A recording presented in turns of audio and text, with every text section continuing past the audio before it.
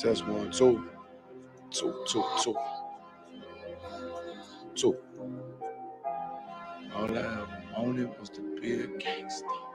All I ever wanted was to be a gangster. The Lord said, confession good for the soul. So right now, all I ever wanted was to be a gangster. Little did I know I was in danger. Decisions that I made provoked the Lord's anger. Prayed to him all the time and I was just a stranger. All I ever wanted was to be a gangster. Little did I know I was in danger. Decisions that I made provoked the Lord's anger. Prayed to him all the time and I was just a stranger. All I wanted was to be a gangster. And shot call to be known with them niggas letting shots off. Either that or the right hand to the top dog. Funny how we see vanity, not the lives lost. Can't be focused on a life that's hopeless. Out there pumping, not knowing the Lord will kill you for that hocus pocus. Used to roll with niggas that cook dope with weaponry. Same ones claim they love you. I had your life in jeopardy. And I know my mother wants success for me. But that G should take a girl straight to ecstasy. Remember running with bruh, even though we did the wrong thing. My life would've been a lot different if I fell up under Rob's wing. Was too sincere for a wicked game. Shame the Lord's name. Now we afflicted with pain. All I ever wanted was to be respected by stand-up niggas. Not knowing that them handcuffs custom made the face. All I ever wanted was to be a gangster. Little did I know I was in danger. Decisions that I made provoked the Lord's anger. Prayed to him all the time and I was just a stranger. All I ever wanted was to be a gangster. Little did I know I was in danger. Decisions that I made provoked the Lord's anger. Prayed to him all the time and I was just a stranger. All I wanted was to be a gangster. I ain't lying, I was close to dying. Knew I wanted to live, but I wasn't trying. I was defiant, not knowing that this ain't how we live. This just how they design it. Cause when you in them streets, you get more endemic. They don't tell you gonna be on papers and on restrictions. My father said a hard head to make a soft ass. I didn't care, I wanted fear when I walked past. In a place where a black man's blood is cheap. I thank the Lord for the day I was on Lake Street. Pissing in the cup, back and forth to court. Found the DC school, I swear it felt like I cried on that fucking porch. The Lord said, my sheep, they ain't hear my voice. Asked me why I'm UPK, I told them I ain't have a choice. They said God ain't 50-50 and what's gonna come to pass. The Lord called me out the world and that's not really fair. All I wanted was to be a gangster. Little did I know I was in danger. Decisions that I made provoked the Lord's anger. Stranger. All I ever wanted was to be a gangster. Little did I know I was in danger. Decisions that I made provoked the Lord's anger. Prayed to him all the time and I was just a stranger. Go ahead. All I wanted was to be a gangster. It's UPK until it hit the fan. I want power and a throne, nigga, fuck them grams. All I wanted was to be a gangster, but I was real as a righteous man. And now got the upper hand, gotta promote this brand. Correct whole multitudes until they all understand. If I can't get that crown, Lord, then put me in the hands of someone more mighty, make me this hit man. Reminiscing on the pain that was felt. Shit, I was in the jail. Shit, I needed help. But Twan was locked up in the judge put man on the shelf. Heavy crying cause it felt like I was left by myself. All I wanted was to impress niggas with my grinding. Now I ain't trying to prove shit to nobody but Muhammad. Cause most these niggas lie and pump smoke. One time for the most high, he made me a cutthroat. Cause all I ever wanted was to smash my opponents. Stacking cash, not knowing it wouldn't last. Then God, I hope you accept my atonement. Cause all I ever wanted was to be a gangster. Little did I know I was a gangster. Decisions that I made before the Lord's anger. Prayed to him all the time and I was just a stranger. All I ever wanted was to be a gangster.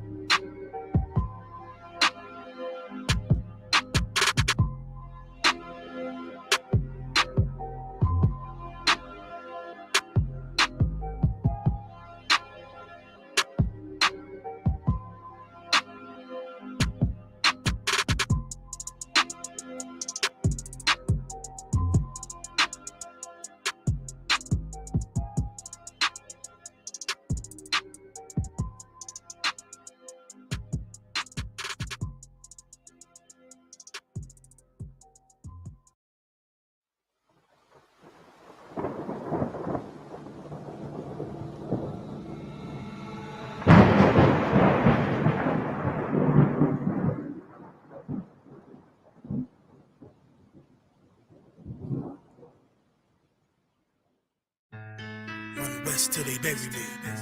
I'm one west till they bury me. I'm one west till they bury me. I be one west to the death till they bury me. One west till they bury me. I'm one west till they bury me.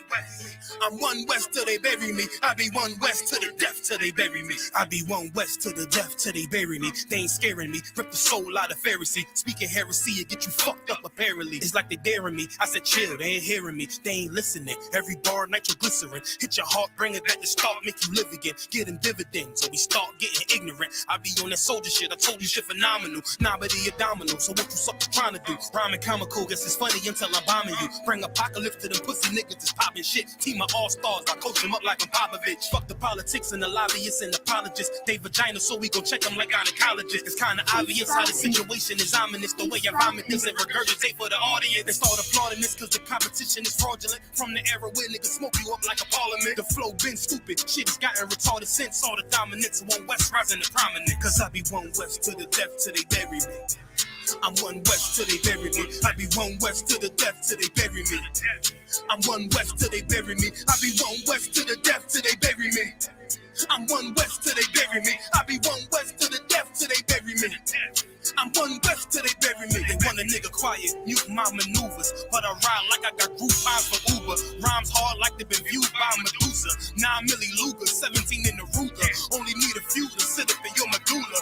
Obligata for the regatta, niggas wildin', they win every dollar. They riding by black Impalas, let the semi holler. The showstopper been the stopper since the teeny bopper. But now I'm throwing them off Patron and premium of vodka. I put distinctions on the Glock, modify the chopper. The swore heavy, war ready, and that's working mama. No marijuana, say I got the loudest silence on it. When I'm up on it, ain't no rapper do it like I do it. A lot of spitties and writers, but when they eat on, none of them can get to the fire around with me. And I had a nigga spin like a tire, down the D.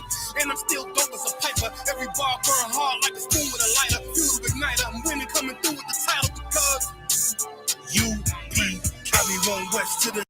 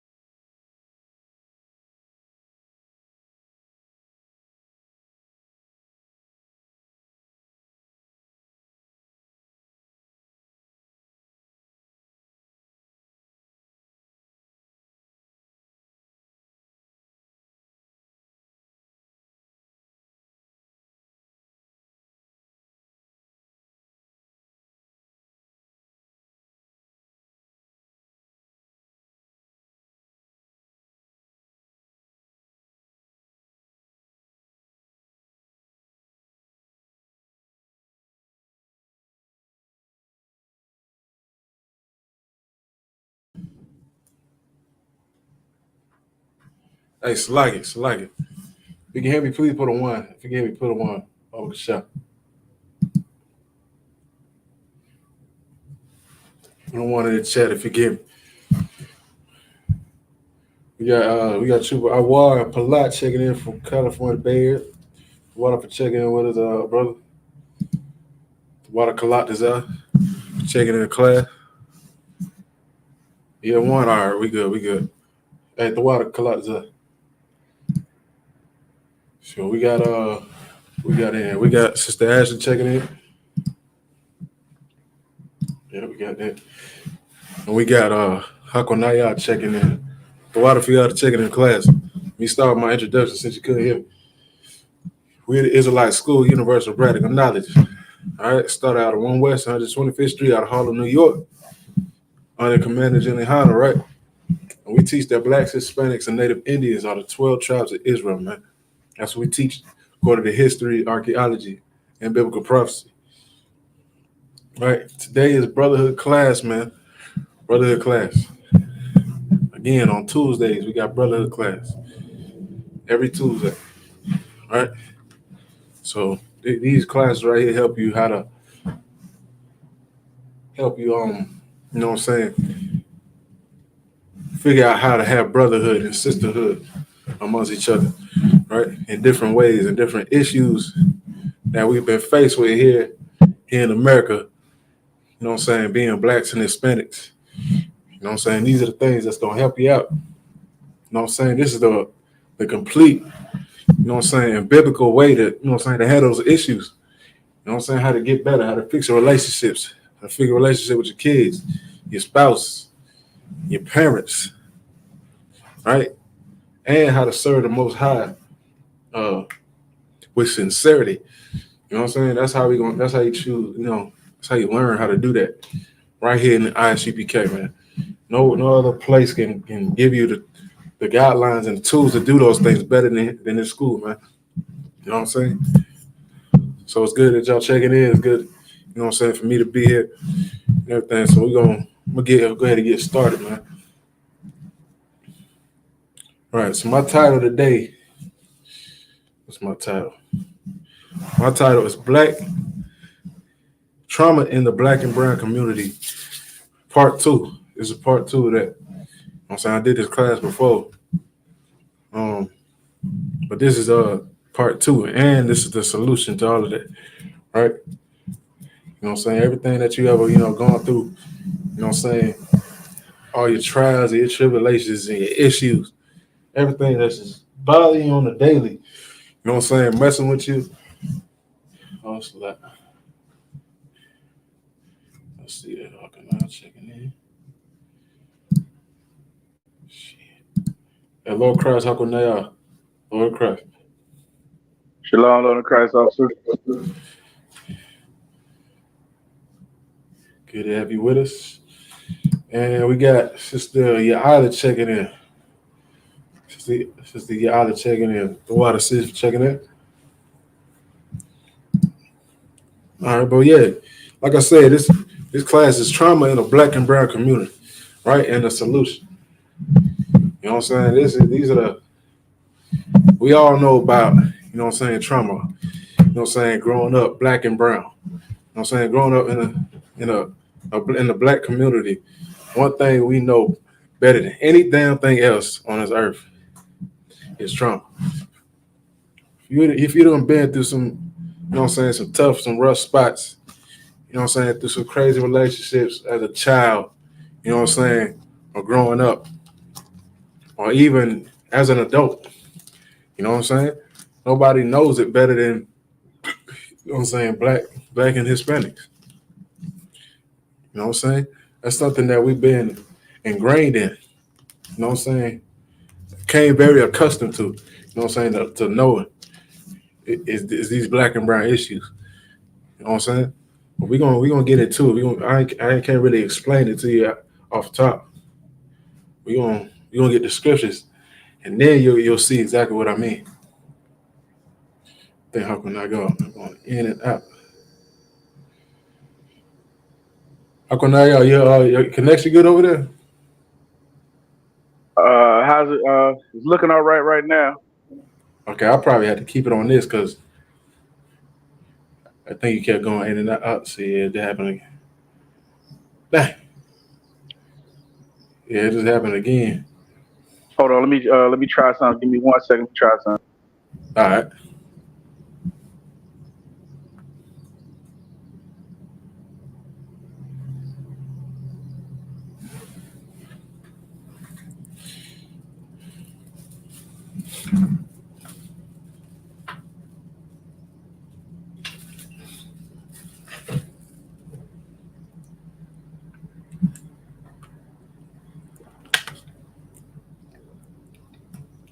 Like it's frozen.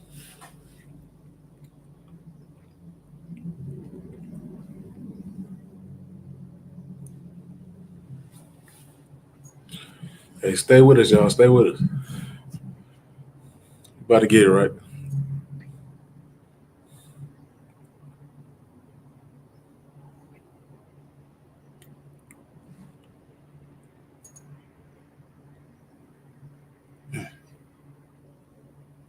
Dang.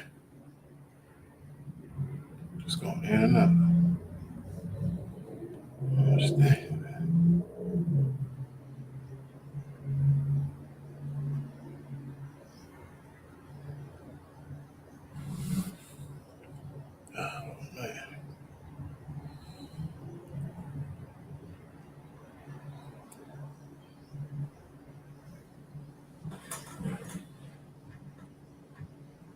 Why it's not connected?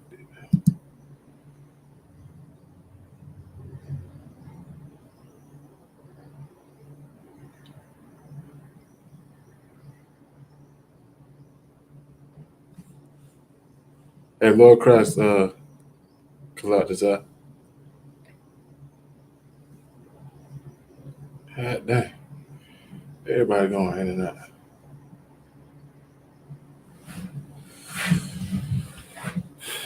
All right. I'm gonna have to get started. Gotta keep trying, but I'm gonna go ahead and I'm gonna get started. All right. So this is what we're gonna go on, right? I'm gonna get Hosea 4 and 6, right? Start off this class with, okay? Because this is gonna go straight down the line. You know what I'm saying? It's to your understanding of what we've been plagued with. You know what I'm saying, here in America, and the things that we've been taught. You know, the things that we've been taught. You know what I'm saying, in hell for many years, right? You can hear me good?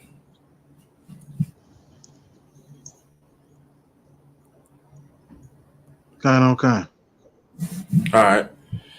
Yeah, we was gonna get Hosea 4 and 6 to start off with.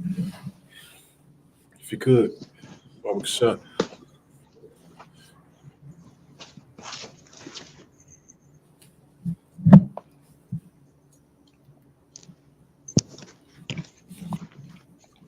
I'm gonna get there with you.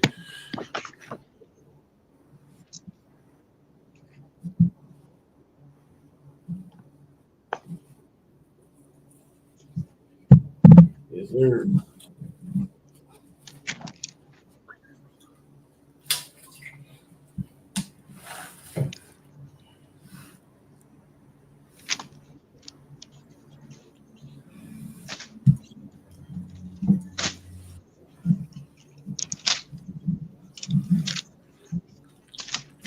All right, again, this class is called Trauma in the Black and Brown Community, right? Are you ready?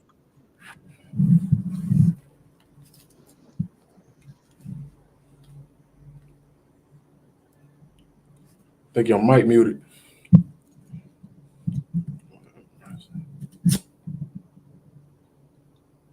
Can you hear me now? Kinda, yeah, I get you.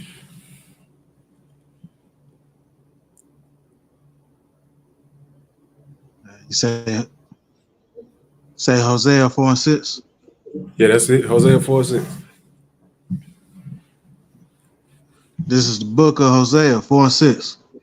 My people are destroyed for lack of knowledge, Right. because thou Right. hast rejected knowledge. All right, you can start right there. He said, my people are destroyed for a lack of knowledge, man. This is what it is right here. This is the end all, you know what I'm saying, the beginning of what I'm talking about here today. You know what I'm saying? Us being destroyed for a lack of knowledge. You know what I'm saying? Knowledge is something very powerful to your being. You know what I'm saying? For you to live, for how you conduct yourself, man, is according to knowledge on this earth. You know what I'm saying? If you don't have knowledge, you won't have direction, right? You won't have what it is to what it is to how to live. We grew up with you know what I'm saying, with rules and regulations, you know what I'm saying, some type of rule regulations in your household or something, right? Something. Even if it wasn't, you know what I'm saying, what it should be, right? We had something to go back to, you know what I'm saying, for you to not get in trouble, right? For you to have something that wouldn't kill you. Just like look at for example, like Clorox, right? Us being children now, you just see some liquid or something, you know what I'm saying, if you're like 4 years old or whatever, you can't drink Clorox. Clorox has directions and a warning sign and a hazard sign saying keep reach out to children because it may do something to you, right? I think how come now y'all back in here? Shit, how come now y'all can stay in here too if you would like? But it's like I didn't even want to get there yet.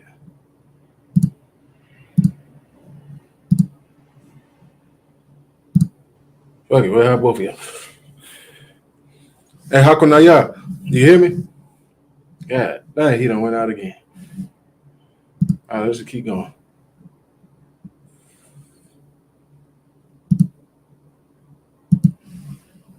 How come now y'all? You good? Lord of Christ, I can hear you, but I might just go ahead and click off. It only does it when I'm on the stream yard right now. If it does it again, I'm gonna just go ahead and log off and just watch on it. All right, kind. Water for trying to, but like I said, like a child having, you know what I'm saying, Clorox, you know what I'm saying, it has directions, right? For a hazard sign, and it has a top where you can't open it straightforward because it's a hazard. That's what these directions do. They keep you alive from being unalive. You know what I'm saying? These are the things that you have to do as a person. You have to learn because you don't have knowledge. You know what I'm saying? The Lord's knowledge, something that's supposed to be in your soul. You know what I'm saying? In your living situation, that's what you're supposed to have is knowledge. You can't live without knowledge, or else guess how you conduct yourself. Exactly like a caveman. You know what I'm saying? A caveman, you know what I'm saying, carries themselves, you know what I'm saying, barbaric, and run around hitting each other over the head for sex. That's how these have sex. They didn't have language, which is also knowledge, right? They had something. They had Ooga Booga language. You don't know what they were saying to each other, but they walked up to somebody and kindly asked them with a stick in their hand, a woman, you know what I'm saying, when they were barbaric back then, without any knowledge, had a club, knock somebody over the head to have sex. What you would call that today is rape, right?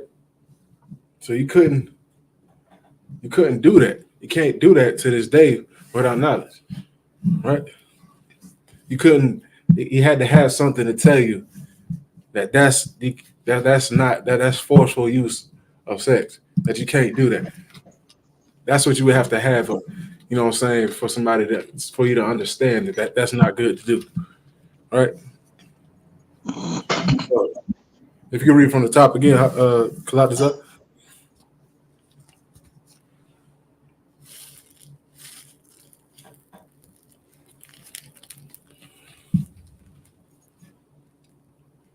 Hey, select it.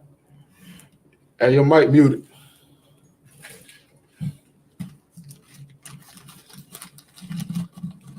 Can you hear me now? Right. Yeah, I can hear you now. It's too wild. Okay.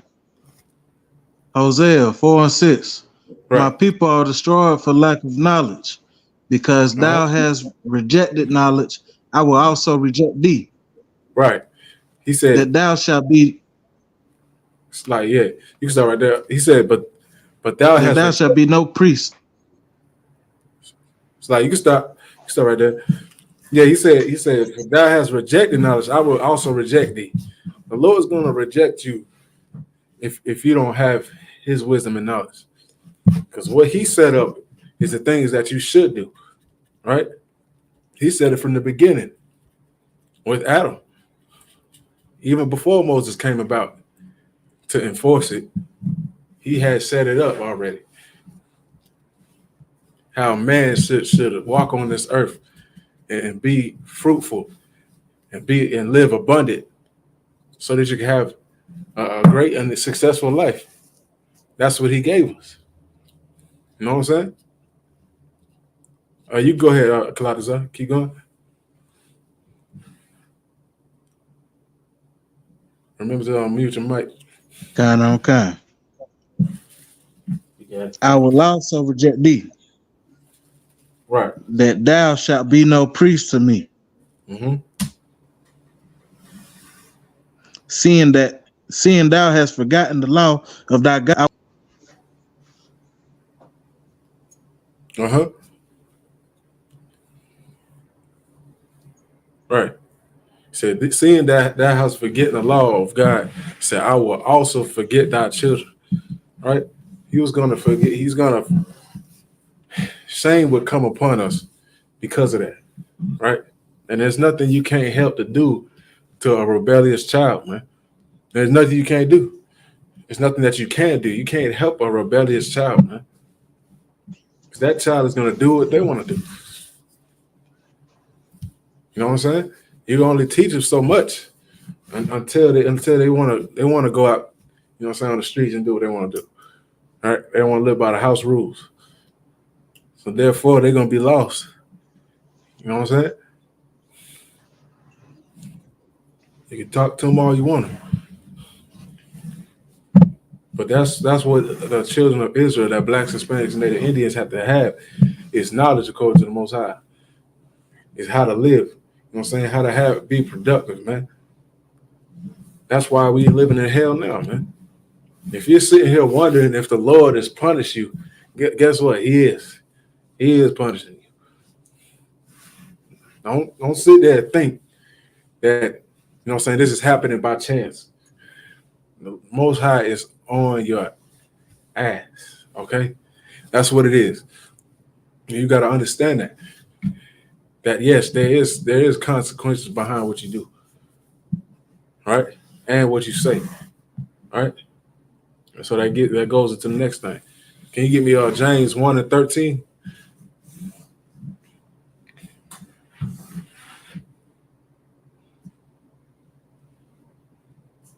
Just let me know when you got it. But yeah, there's consequences behind everything you do and what you say, man. You know what I'm saying? Because people can receive anything. People receive what you say. People receive what you do.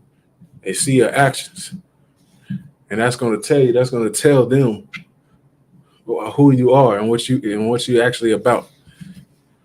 All right. So if you're sitting here telling the Most High God or showing Him that you don't want to live by rules and regulations and instructions, you have another thing coming to you. And sometimes it's something that he doesn't even have to do. You'll walk into the pit your damn self. You're gonna go ahead and fall in there because you got an issue, because you have inconsistency, because you don't have discipline.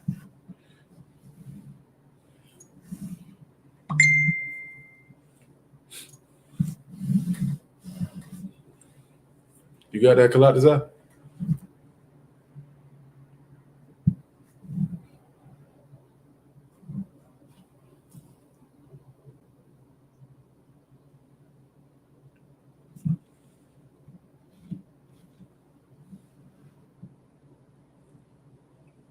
I think your mic muted.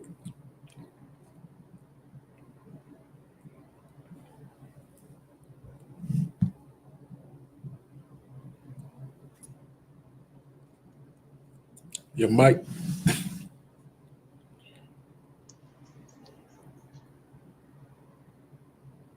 All right. I think your mic keep going on mute, but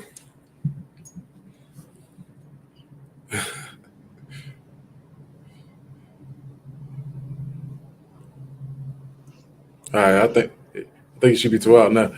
You got it. James 1:13. So like kind on kind. James 1 and Okay. 13. Let no man say when he is tempted, I am tempted of God.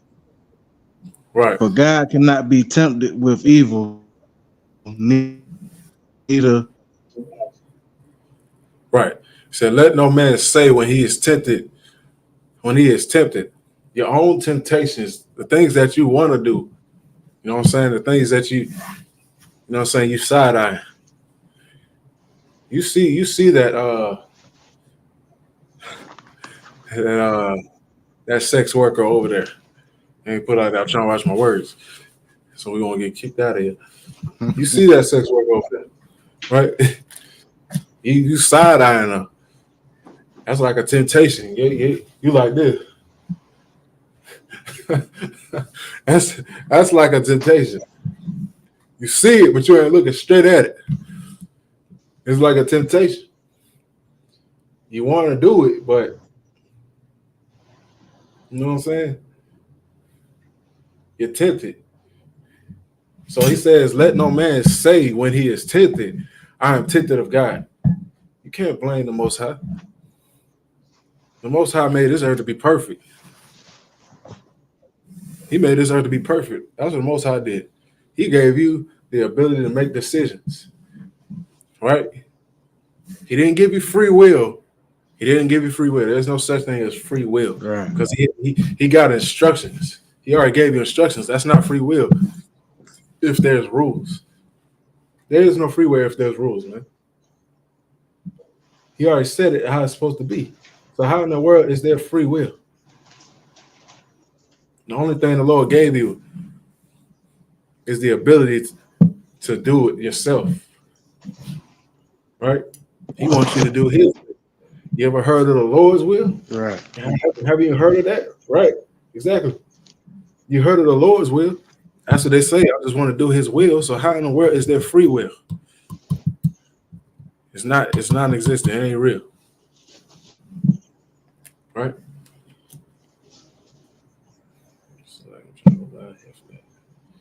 So you can you read that from the top again, Kaladiza?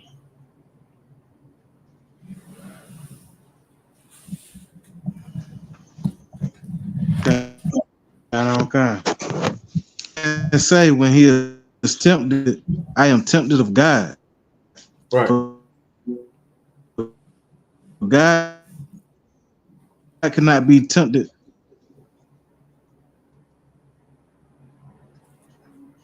Right. For God cannot be tempted with evil. Neither tempteth he any man. Like I just went over. The Lord doesn't tempt. He doesn't tempt anybody. You know what I'm saying? You get tempted, right? The Lord cannot tempt you. You got the ability to make a decision, right? Right. Can you go to verse 14?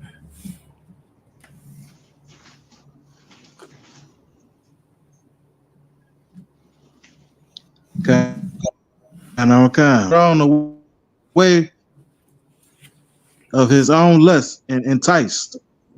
Right. Right. He said, but every man is tempted when he is drawn away of his own lust and enticed. This is some filthy thing that you have inside of you that you have to, you know what I'm saying, deal with. You're tempted with your own lust and enticed, man. What is it? Being enticed. Enticed means being drawn away. You know what I'm saying? Being talked to, being beguiled. You know what I'm saying? You put that snake talk on you. Like a serpent. Something to make you do something. Do something strange for a little change. You know what I'm saying? That's what you do. That's what you have inside of you. You're enticed when you are drawn away by your own lust. Right?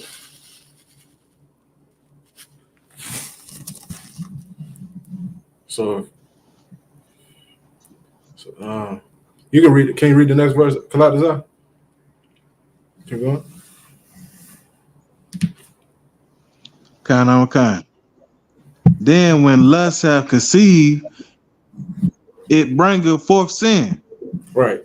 Then when lust is And conceived, sin, when it is finished, bringeth forth death. right? Exactly. Decisions, right? Decisions are everything, man. Decisions are life changing. Decisions are life changing. Just like what they call a gun, any type of strap you got. What do they call it?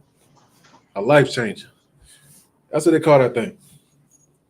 It's either gonna be you getting your life changed, whether you're still alive or gone, or you changing somebody else's life.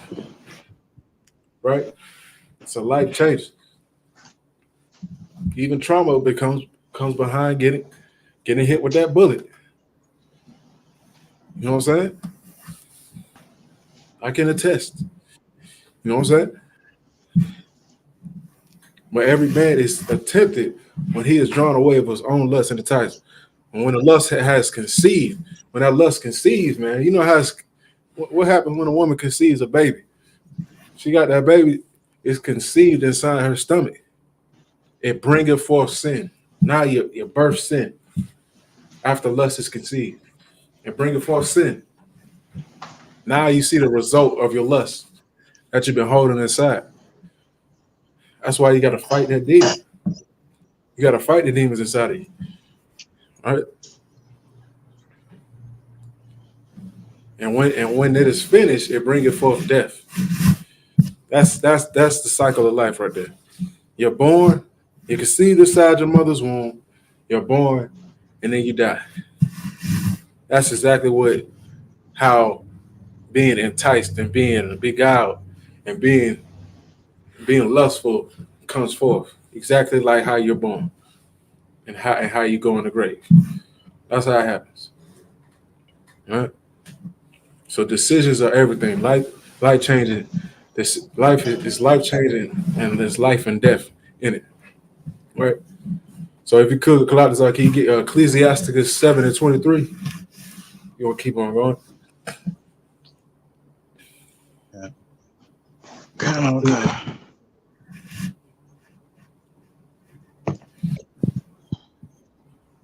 Powerful. Said Ecclesiastes on what, sir? 7:23. Oh yeah. You know what I'm saying? If you're watching, man, you know what I'm saying? Like, share, and subscribe if you're watching, you know, whether on Facebook, TikTok, on, you know what I'm saying, on YouTube, you know what I'm saying? Like, share, and subscribe. You know what I'm saying? If you're rocking with the ICPK from afar, or whether you're actually in here, you know what I'm saying? Make sure these classes get out and everything, right?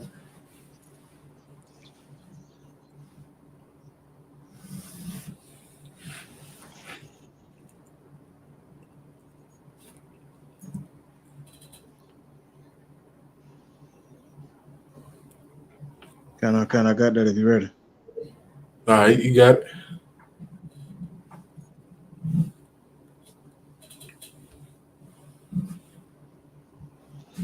Ecclesiasticus 7:23. Hast thou children, instruct them, and bow down their neck from their youth. Right. You start right there.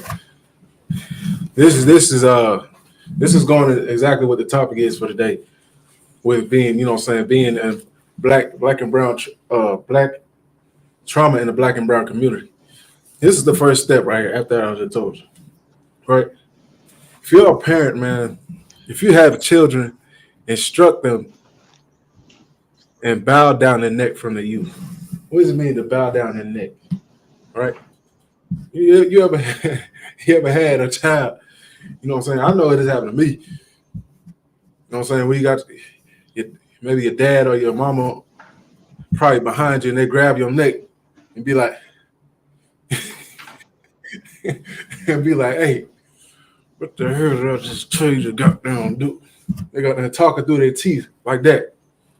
That thing say bow down their neck, bend them to your will. It's a discipline, right? It's a discipline. And the collectors up.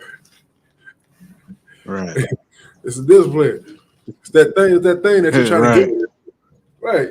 Yeah. You're trying to instruct them. It said bound down their neck from their youth, man. Teach them as much as you can, man. You know what I'm saying? This is very, very, very pivotal into to having a child growing up in a healthy household, right? This is probably this is like the beginning at their youth, man. When they're young, when they start getting into stuff, kid can start getting stuff when they're 4 years old, man. As a toddler, you know what I'm saying, or even as a at 4, all the way to the like 14, 15, 18. You know what I'm saying? They could get into anything, right? And anything will happen without your instruction, right? So can you read that from the top one more time?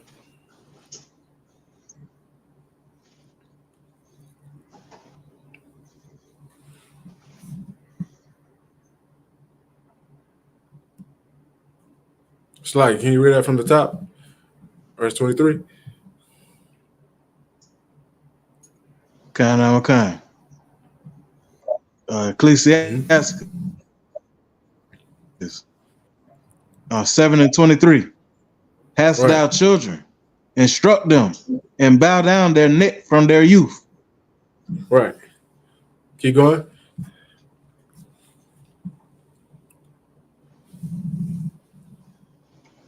Verse 24.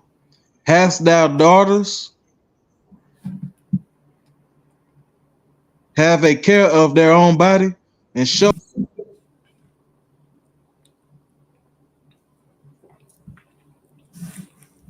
Can you read 24 again? I think you cut off a little bit.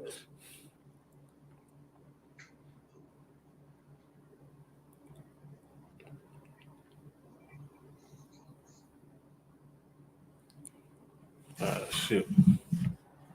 All right, but verse 24 says, Hast thou daughters, have a care of their body, and shew not thyself cheerful toward them. Right? That's what it's asking. He said, if you have daughters, man. If you got daughters, man, that's a tough task right there. You know what I'm saying? Having a daughter is a tough task. It's not easy. So you understand how the female nature is, right? But it's a beautiful thing to have a daughter. You know what I'm saying? But if you have a daughter, have care of their body. Let them understand, you know what I'm saying, how to conduct themselves as a woman, as a young lady, right? This is talking to women raising their daughters and men. If you're a man, you know what I'm saying, you got daughters, you know what I'm saying, if you're a man, you got daughters, you know what I'm saying, and they come out any kind of way, you know what I'm saying, maybe they don't have certain clothes on when they're real small or whatever, and you're like, hey, you teach them, you're like, hey, you're a girl, you know what I'm saying, put away, you know what I'm saying, put some clothes on, I ain't supposed to see that, you know what I'm saying, do that as a man, you know what I'm saying, you have little girls, you know what I'm saying, running around, and you have to tell them that, and their mother also has to tell them that. You know what I'm saying? That's why I said, house that thou hast daughters, have a care of their body, right? Tell them how to conduct themselves with their bodies, man. Because anything can happen, especially growing up. And they'll have, you know what I'm saying, young boys, you know what I'm saying, probably talk to them in anything, man. You got daughters, man. That's a precious thing. That's a jewel unto you. You know what I'm saying? It's different than having a boy. You got daughters, man. You got to tell them how to conduct themselves and take care of their bodies. Whether you know what I'm saying, you're the mother or the father. As a father, you go tell them to watch out. You know what I'm saying? Don't take anything from, you know what I'm saying, from young boys trying to, you know what I'm saying, touch you or do anything like that. If you're a woman, you'll tell her, you know what I'm saying, how to dress herself, man, how to cover herself up. You know what I'm saying?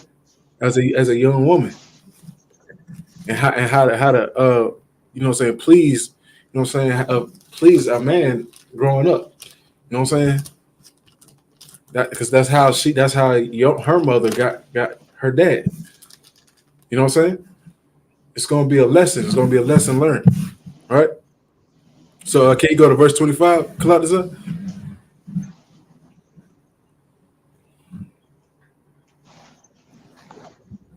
Kind on, kind. Can you hear me?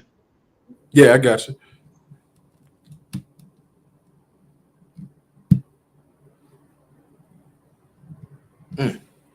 Just turned up. All right. Verse 25 says, Ecclesiastes 7:25, marry thy daughter, right? And so shalt thou have performed a weighty matter, right? This is really talking, you know what I'm saying, to the man perspective, because you know what I'm saying, marry thy daughter. Usually, you know what I'm saying, back in our culture, back in, you know what I'm saying, when we was in our homeland and things of that such, you know, blacks, Hispanics, and Native Indians, you know what I'm saying, we would marry our daughters, man. We make sure, you know what I'm saying, that they dealt with the right man. You know what I'm saying? That's what we did. You know what I'm saying? That's how we did. You know what I'm saying? Men, you're supposed to raise, you know what I'm saying, raise your daughters to marry the right man. You know what I'm saying? This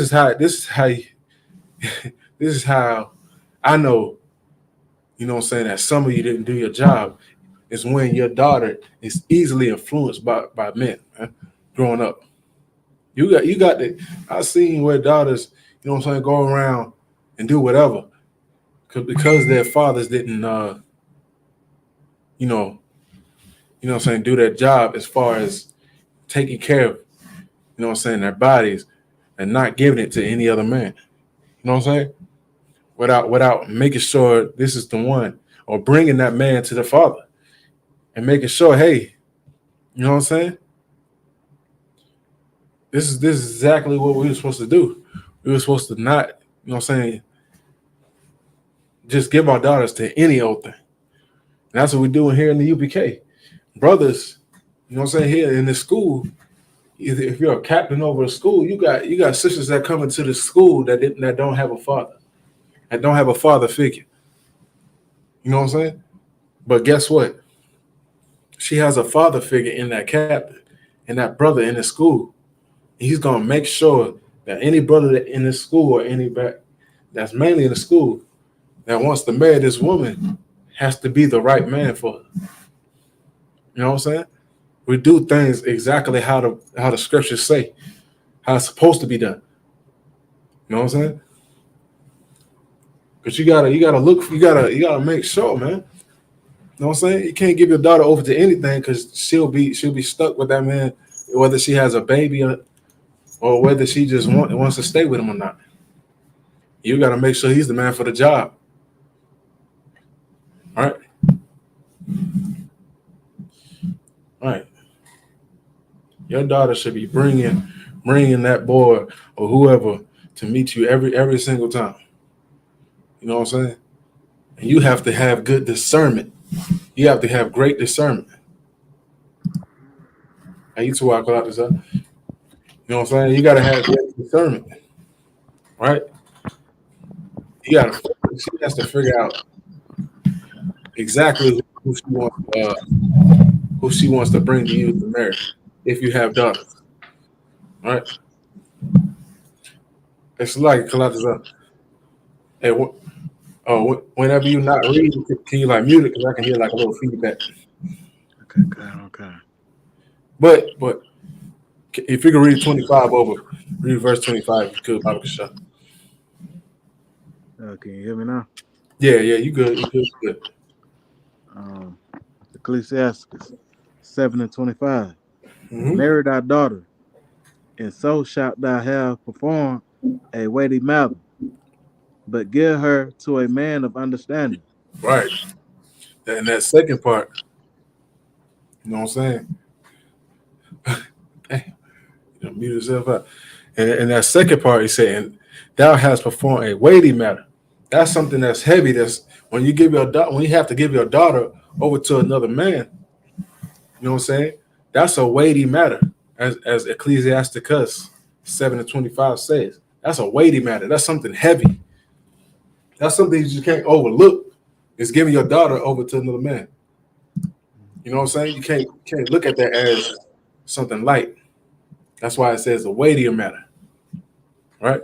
But give her to a man of understanding, a man that understands what it is to be a man, what it is to live how the Lord wants you to live. Mainly, that's what you would want. If you're in the school here in the ISUBK, your best bet was to be marry your daughter over to somebody here in the family. You know what I'm saying? Lord alive, if I had chaps or kids, you know what I'm saying? That's what I would do. I would rather marry my daughter, you know what I'm saying, over to somebody here in this school, man. That's what I would rather do. It's the logical solution to do. Because I understand exactly what they've raised their kids on, and I raised my kids on the same principle of the Lord's law, statutes, and commandments of how we should live and how we should conduct ourselves. That's exactly what I was raised on in here. So I would give them the son. I would give my daughter over to another brother's son in here. That's the logical answer to do.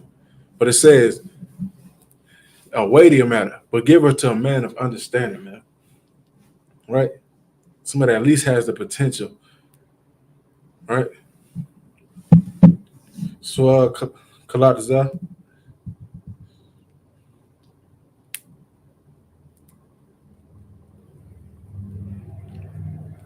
If you can give me if you can hear me, can you give me Leviticus 19 and 29?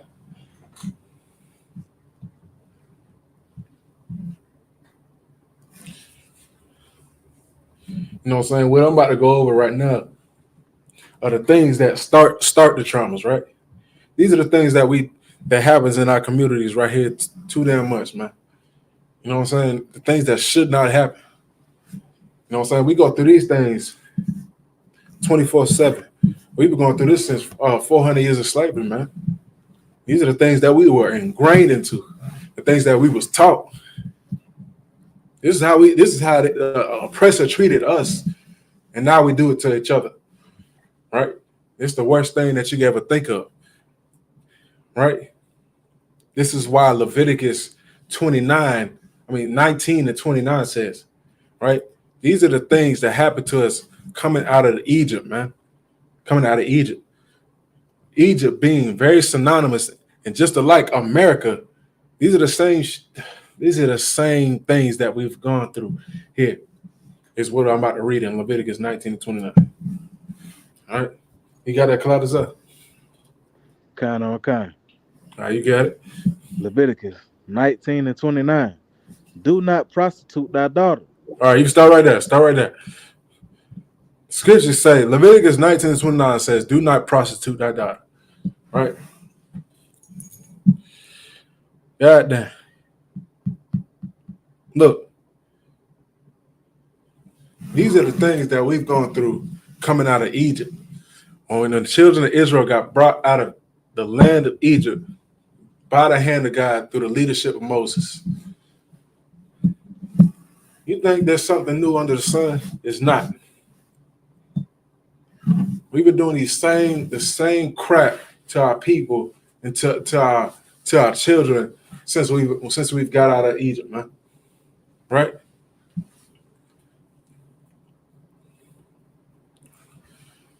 We prostituted our daughters, man. You see that a lot. You see that a lot going on, especially out of this country. It happens so much.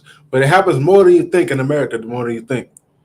There's things going on here in America where our daughters are getting prostituted at a young age. From 10 to 14 years old, man. Something's disgusting as hell is happening on the streets of Vegas, streets of LA, underground, going through Colorado, Arizona, Idaho, things like that, especially on reservations where our native Indian brothers and sisters are. You know what I'm saying? our Native Indian brothers and sisters on reservations, you know how many sisters go missing? How many women go missing off the reservations every month?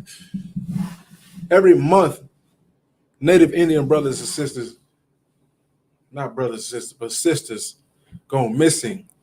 Even young children, from boys and girls, go missing all the time. I should have brought those statistics up, right? But you can actually just go look it up for yourself and you'll see what's going on. This is exactly what happens to our brothers and sisters, our Native Indian brothers and sisters, getting prostituted and young children getting off the reservation because you want to sell your daughters and sons. When your daughters and sons already been sold on auction blocks. Yeah, they already went through that, but you learn from the oppressor because you need some money, right? Who's going to take care of you when you get old? If you sell your young daughters and young sons, who's going to take care of you when you're old and when you're in your old age? Because that's a benefit of raising a daughter and a son. Is when you get old, you'll have somebody to take care of you, which is exactly what the scriptures say when it says honor thy mother and father. That's exactly what it is. When it says take care of that father in his old age, that's exactly what that is. Take care of the father and mother in their old age, man. That's what you're supposed to do when you raise them, right? I don't think they're gonna come back looking for you after they know you done sold them to some drug lord or to some sex worker. You know what I'm saying? I don't think they're gonna come back to you. This is what Leviticus 19 and 29 said. Can you read that from the top again, Kalatazar? Kind. Leviticus 19 and 29. Mm-hmm. Do not prostitute thy daughter to cause her to be a whore. Right. Go ahead.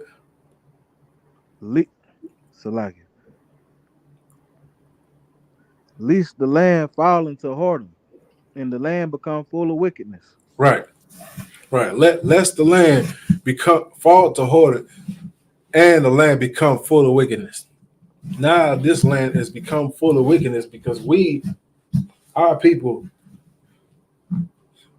are the front runners of this terrible tragedy that happened to us because we fell right into the trap of our oppressor. Because we listened to their ways of life because we're oppressed in this land. If we wasn't so oppressed in this land, we wouldn't have to do that. If we wasn't so poor, you know what I'm saying, being on reservations and in the ghettos, we wouldn't do these things. We would care about our children more. We would care about ourselves more, right? Our sisters wouldn't hoard themselves. Our brothers wouldn't do this to their children or their wives, or even to themselves sometimes. It happens. Anything for that dollar, man.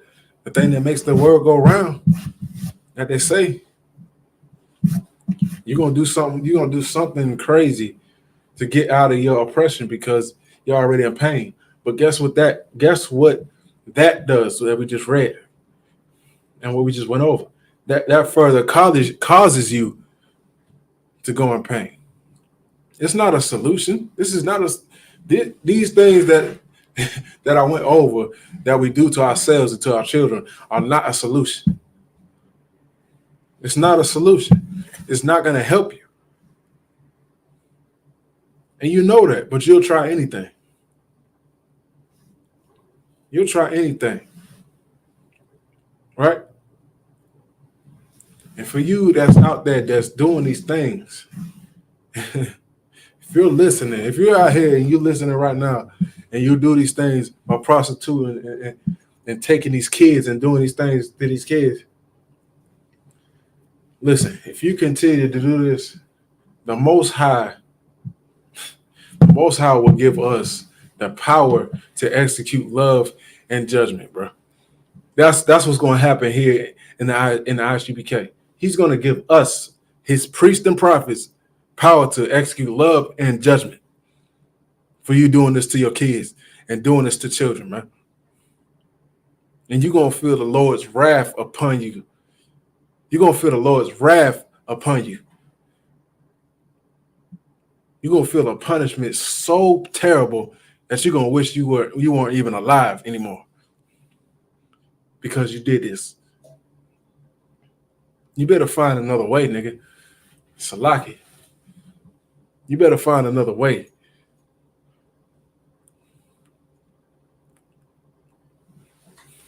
You know what I'm saying?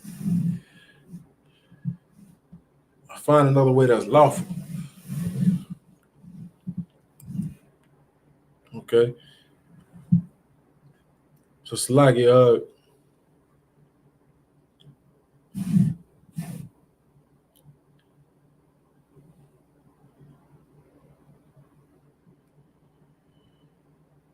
if you could, Kalata, can you give me if you could hold Matthew 12 and 36?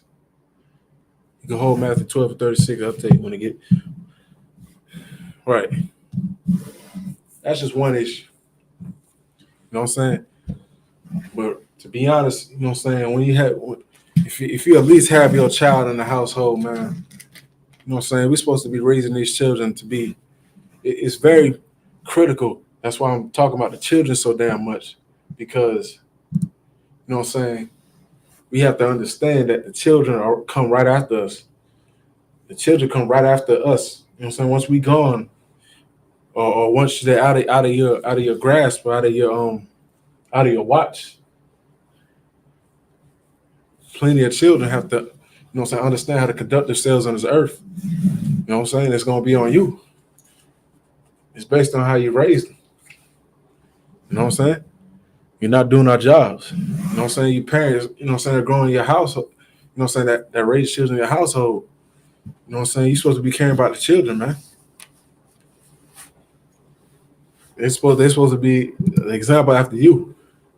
You know what I'm saying? Your parents that are, you know what I'm saying, argue in front of your children and everything and go crazy, acting like you and that woman about to damn near kill each other, unalive each other.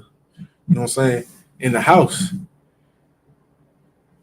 And the child is sitting there yelling, you know what I'm saying, to try to break it up.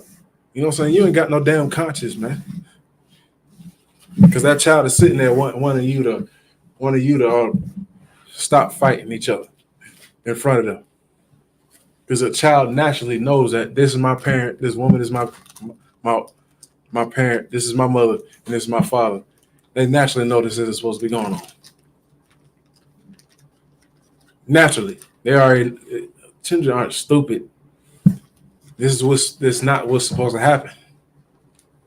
Right? And if you and that parent separates, you do not care about the child at all, man. You don't. You don't give a damn about the child at all. You don't care about the child. If you and that woman break up, if you and that man break up, you don't care about the child. Don't say you do. Don't say you do, because the child naturally wants to grow up in a two-parent household. That's what's supposed to happen, because that's what brought the damn child in the damn first place. That's what brought the child in the first place. It's through sex. So why in the hell would y'all be apart in a single-parent household? It took two of you to make the baby, right? Ain't that logical? It take two of you to make the baby. So why in the hell are y'all splitting apart? Why the fuck is that happening? Salaki, for my language. Why is that happening?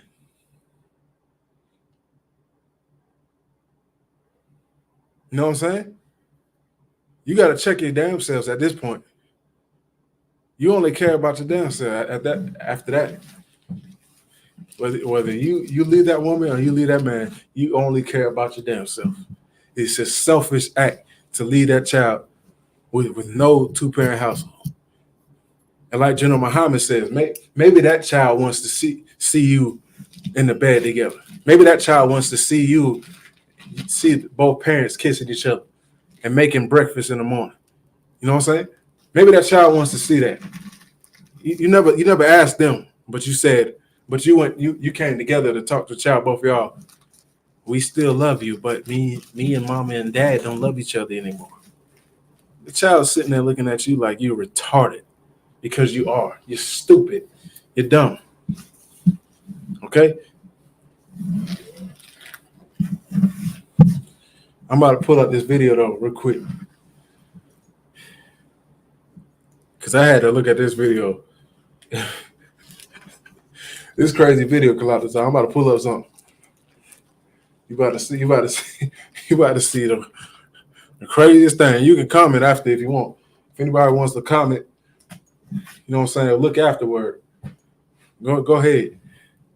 So I want to know what y'all think about this. I know what I think about it. But I want to know what you think about it.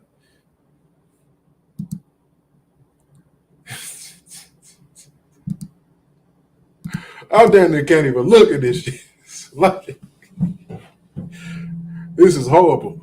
This is terrible, man. This is nasty work. Nasty work.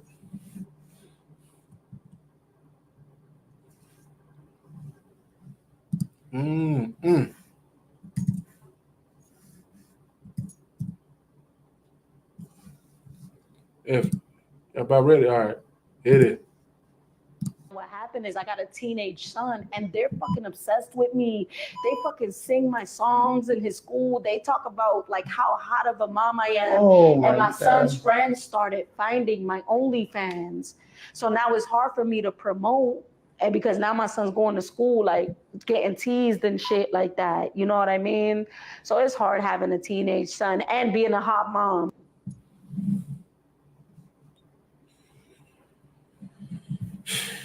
And play again. So, like you, sir, if I may. Go ahead, Kalata. Go ahead. That's just a shameless whore that don't give a damn now. Now that her son getting teased, or now she act like she want to care, but she really don't care because she's still trying to find a way to promote her content without her son getting embarrassed or teased at school because her mama is a whore that everybody knows. That is. You put the summary in just now. You done summed it up. I was going to say that, but I wanted to know what you was going to say. But you said it. She really doesn't care. She don't care. Let me play it again. Let me one more time. What happened is I got a teenage son and they're fucking obsessed with me. They fucking sing my songs in his school. They talk about like how hot of a mom I am. And my son's friends started finding my OnlyFans. So now it's hard for me to promote. And because now my son's going to school, like getting teased and shit like that. You know what I mean? So it's hard having a teenage son and being a hot mom. It's hard being a hot mom. So what you're telling me is, you know your son's getting teased at school. You know that being teased and bullied at school causes what? Suicide, right? It's like it, TikTok. Don't take me out.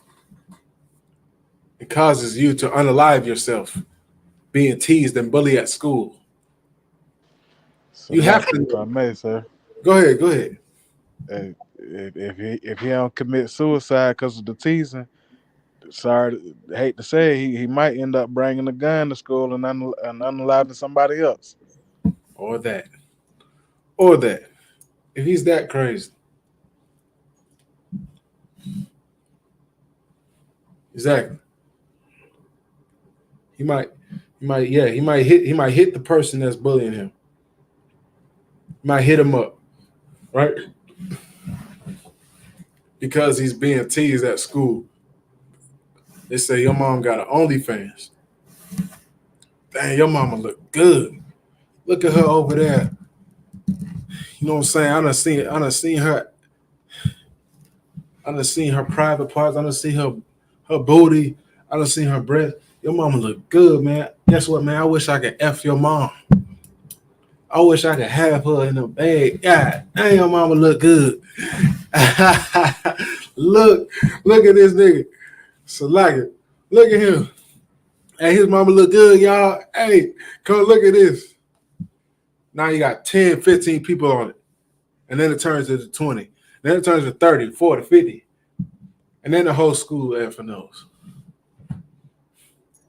By now, the whole school knows. She said it's hard being a hot mom. Is that your job? Is that your job? Is that your first job to be a hot mom? Or is it your job to be a parent first? You opened your legs. Salakia, sir, if I may, Uh-huh. that come with a lot of that hot girl summer. Exactly. It comes along with that hot girl summer. Being a hot mom in the hot summer. Because you was hot and you was bitter that you ain't with that man no more. So now you gotta make your son your husband, right? Your sons are not your husbands. For you single mothers out there that think your son is your husband, taking him out on dates and hugging up on them and saying, have them fighting for you.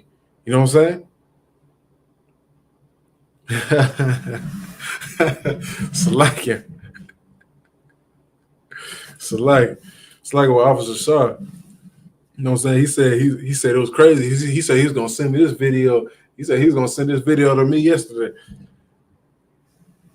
You know what I'm saying? But he said the guy at the end made him not want to. But this is just a short clip of it. See, Shaw knew exactly what I was on. That's crazy. That's crazy as hell. Shout out to Officer Shaw. Exactly. Let's watch it one more time. We're gonna speak on a little bit more time. We're gonna move on. What happened is I got a teenage son and they're fucking obsessed with me. They fucking sing my songs in his school. They talk about like how hot of a mom I am. And my son's friends started finding my OnlyFans. So now it's hard for me to promote. And because now my son's going to school, like getting teased and shit like that. You know what I mean? So it's hard having a teenage son and being a hot mom. Damn. Hey, look. She said they're obsessed with her. They're obsessed with any damn porn model. They're not doing that just because she's your because you're his son. I mean, you're his mom. That's not why they're obsessed with you. Simply, children watch porn. Okay, that's the end of that. But guess what? You sing. You have songs. You got she makes music too. They sing your songs. He probably told her mama, man, all these kids out there, and they keep singing your songs and they keep on doing this and that. And she's like, oh, I'm sorry. Sorry about that, baby. I'm trying to fix it. She ain't fixing a damn thing. And this is just one of the many stories. This is just one of the many women that do this. One. This is only one thing. Let me see what sis said.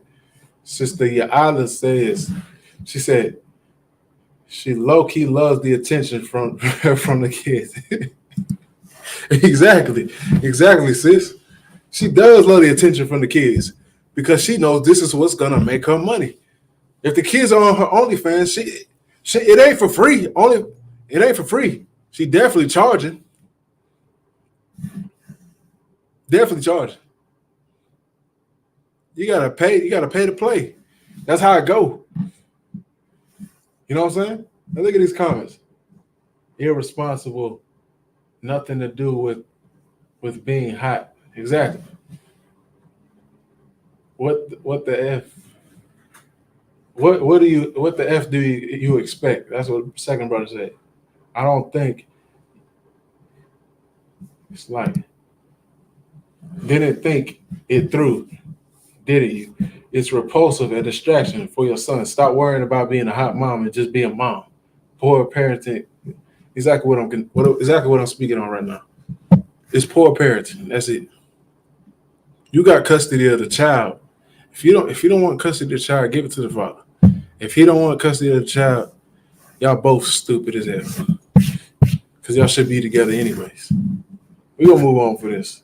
We're going to move on. Because this is sick as hell. And I can't take it no more.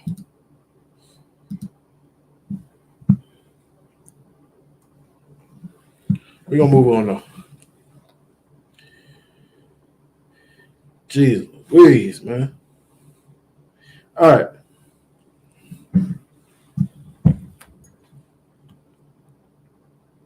All right. So, again, man, you know what I'm saying? Single mothers and sons, man. Single mothers, sons. Son, these sons of yours are not they're not your friends, man. They're not your husbands. You know what I'm saying? Most of you don't like them anyway. What way they look? What a single mother say? She was like, "You look like your dad. I can't stand you. You look just like your dad. Get out my face. You look just like your father. I can't stand you." And they be like, you know, they're not your husbands, man. They're not your husbands. It's your child. You know what I'm saying? But this right here, that video, you're emasculating your son to think like a woman, man. That's exactly what happens. You emasculate your son to think like a woman. Instead of making your son think like your stupid self, find the right man. And how do mothers also treat their daughters? How do mothers treat their daughters that can't stand their own daughter? Man, they treat their daughters like they call their daughters fat. You know what I'm saying? If they got a little weight on them, you know what I'm saying? They'll say to them, "You ain't grown. You ain't supposed to be doing that. You ain't grown." That's what they say to their daughters. They'll call them an HOE. You know what I'm saying? Your daughter tells you that your boyfriend has been sexually touching her, but you won't believe it because you need that man to pay the bills. You need that man to stay around so he can pay the bill. Right? That's what you need. You need that man to stay around. But he's sexually touching your daughter. And you'll tell your daughter you lying. You're lying. You just don't want him around because you ain't got nothing. You talking to her like she's your friend or something. When your daughter's telling you that she's been touched by your stupid, nasty, disgusting boyfriend. But you have to have the bills paid because he's paying the bills. But he came in the house as a predator, nigga. A predator. You got that Matthew 12 and 36 collect this up? Okay. Nah, you can start from the top. Matthew 12 and 36. But I say unto you that every idle word that man shall speak, they shall give account thereof in the day of judgment. Right. This is what the Most High says. All the things that I just ran down that a mother says to a child, or what a father may say to their children. The Lord says, the Most High says, every idle word. It's like it.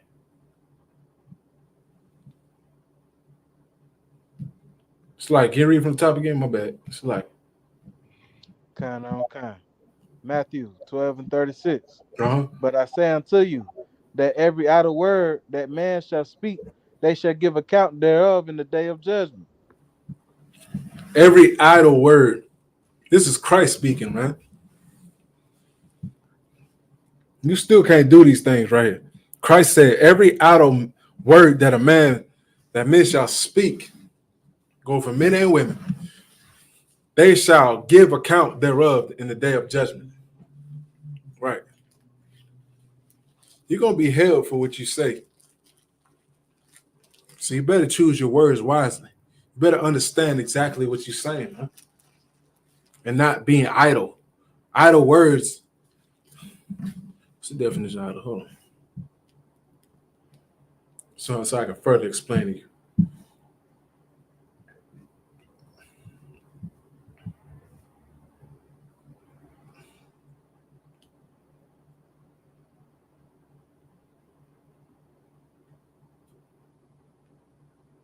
Right. This is the definition of idle according to this scripture.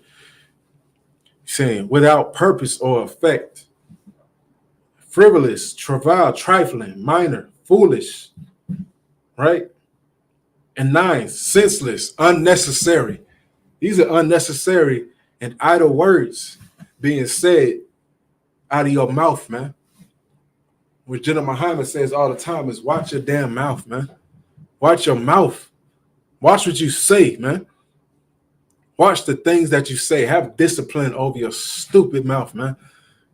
You don't need to say every damn thing that comes to your brain, man, because you think it's heavy, because you think you know what you're talking about.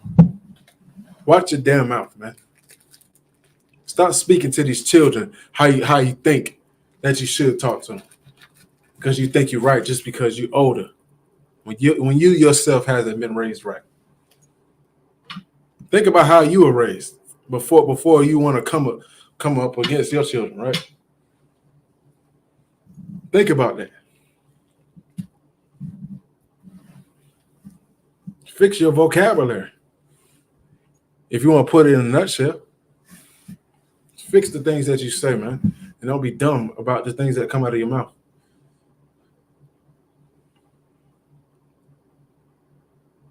That's what this is saying. So can you read from top one more time, and then keep going to 37? Okay. But I say unto you that every idle word that man shall speak, they shall give account thereof in the day of judgment. Verse 37. For by thy words thou shalt be justified, and by thy words thou shalt be condemned. Right. Can you give me Ecclesiasticus chapter 30 and start at 1? But like this scripture says, it says in Matthew 12 and 37, for thy words thou shalt be justified, and by your words you shall be condemned. You're going to be justified by your words and condemned, right? It's not just going to go by just because you're right. Nothing good is going to happen just because you think you're right, just because you say something. Because you'll be justified by your words if it is right. But if you speak idle words out of your mouth, you're going to be condemned also. So watch what you say. Watch what you say to your children and other people also. While you sitting there arguing with your spouse, which is what causes the breakups, which causes a split in the family homes, because you don't know how to talk to each other, right? You got that colliders up? Okay. All right. Ecclesiasticus 30 and 1. Mm-hmm. He that loveth his son causeth him often to feel the rod, that Right. he may have joy of him in the end. Right. This is the first scripture. This is parenting. This is raising your children and parenting 101. So he that loveth his son causing him to feel the rod. Right. This is called not sparing the rod. You know what I'm saying? How the scriptures say, "Don't spare the rod." This is not sparing the rod, right? Because you're causing your son to feel it. You're giving it the discipline. You know what I'm saying? We ain't just talking about physically giving them the discipline, but also letting them understand what the hell is real, what's going on. And this starts from the Lord and on down. It starts from the Most High's ways. Right? If you love your child, man, if you love your son or daughter, you're gonna cause them to feel the rod. You're gonna cause them to feel the discipline. Right? Because if you don't love your son or your daughter if you don't discipline them. Right? That he may have a joy of him in the end. Because you'll have a joy of them in the end is because you taught them what they needed to understand, what they needed to know, how to move, how to maneuver through this world, especially now. You have to be harder on your children more than ever now. especially now in this day and age.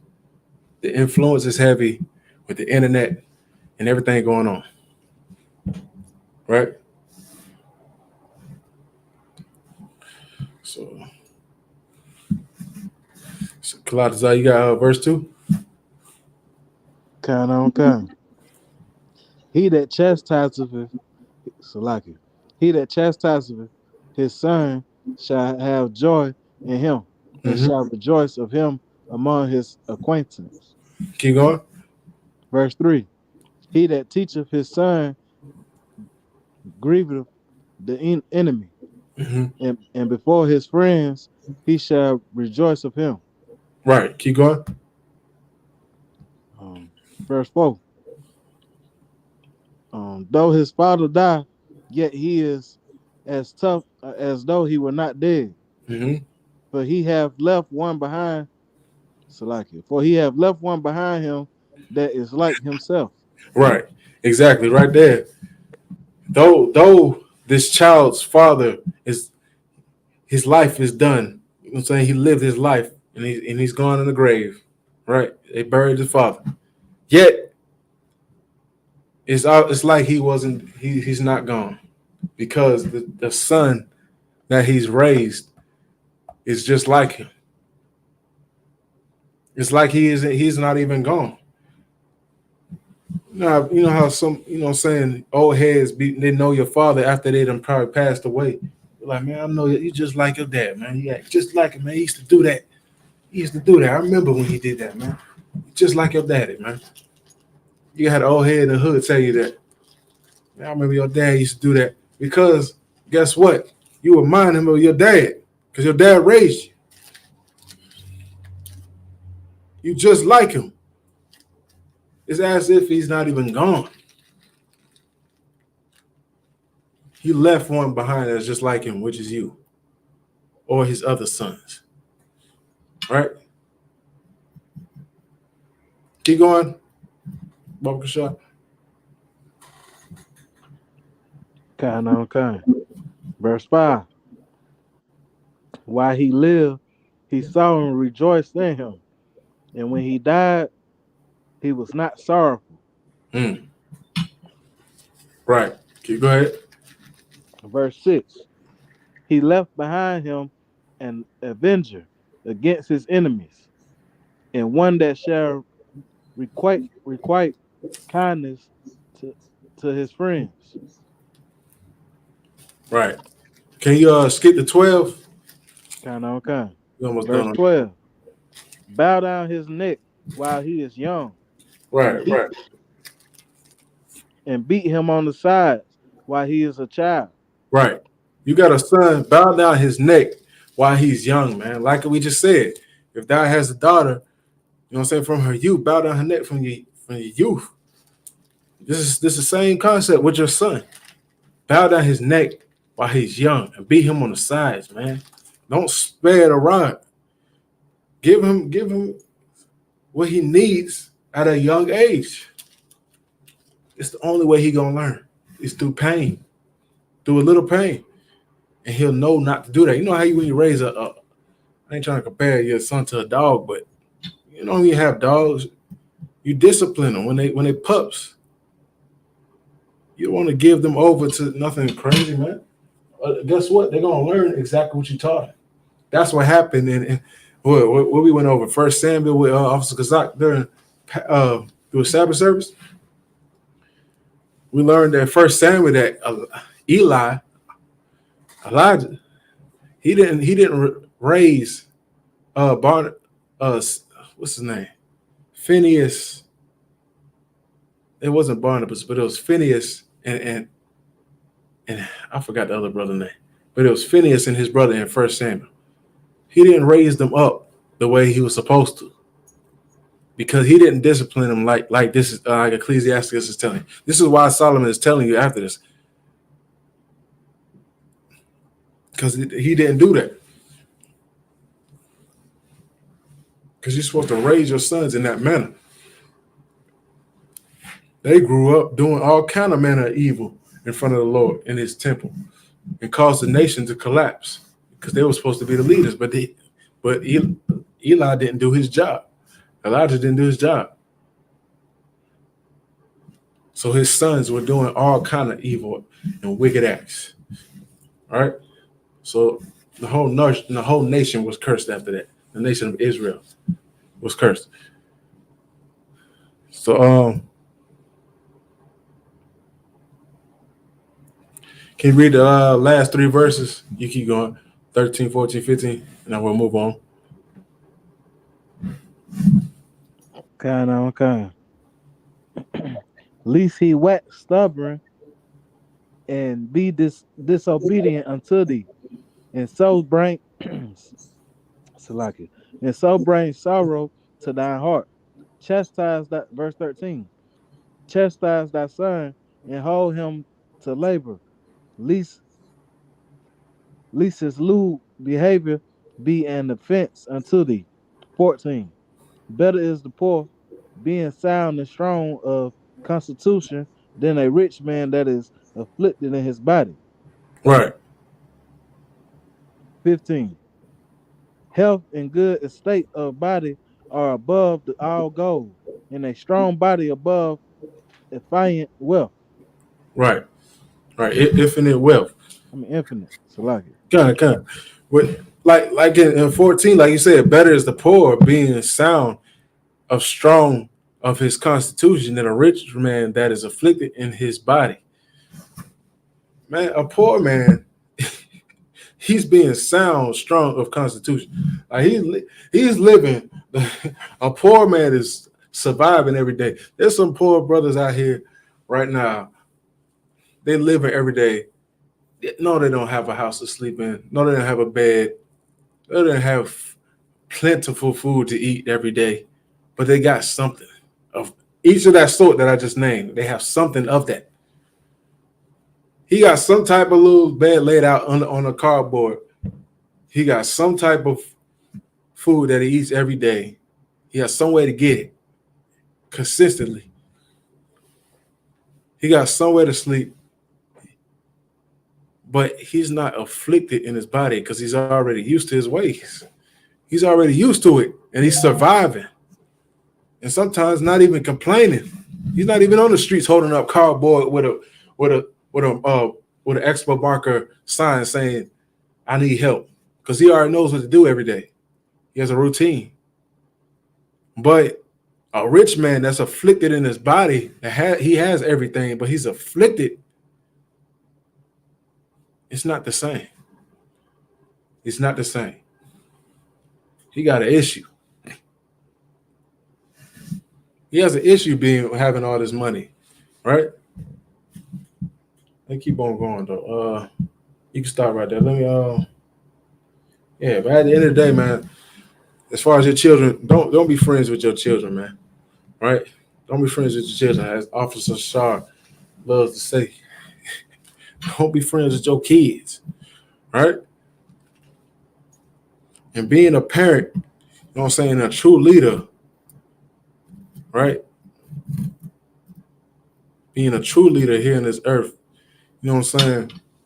A true leader ain't supposed to be a hypocrite for you parents that's raising your kids. A true leader is not supposed to be a hypocrite, right? Leaders are supposed to be better than you. We learned this from General Muhammad, right? A true leader is supposed to be better than who they're leading. You can't be the same, or they can't be better than you, right? You know what I'm saying? You're a child, but your mother is sleeping with multiple men, bringing different men inside the house. You know what I'm saying? And your father has been an alcoholic, you know what I'm saying, growing up in your household. You know what I'm saying? You gotta be better. They can't be that having a child, man. It can't be that. The leader's supposed to be perfect, man, in every way. How is you supposed to be an example if you're not perfect? If they see the wrong things, they're gonna do the wrong things. That's why you have to be perfect. So I don't care about somebody saying, "Oh, you can't be perfect," whatever. But what if you're a leader? They see you off your course, then they're gonna get off their course. So you telling us we can't be perfect with Christ being the one that died for the nation of Israel and being our leader? Why in the hell will we follow Christ if we ain't supposed to be doing everything that he was doing? Saying that we can't be perfect. It wouldn't make any sense. That's just asinine. You know what I'm saying? Your kids don't need to be in a position later on in their lives of trying to forgive you. You know what I'm saying? And trying to understand you and be like, hey, you know what I'm saying? I forgive you for, how you raised me and stuff. They're not supposed to be doing that. They're not supposed to be doing it. They're supposed to be to a point that they understand that you already raised them right. And all they have to do is come back to you to revert back to what you already taught them to get more understanding. That's it. You know what I'm saying? So understanding that, you know what I'm saying, how you raise your kids is very important. All right. So we're going to move on. This is the last topic as we got like 20 minutes. About to close out in a little bit. But I had to address this right. All right. So, Kaladaza, if you could hold Ecclesiastes 7:7, we almost about to be done. We almost about to close out. The water for dugging it out with me tonight.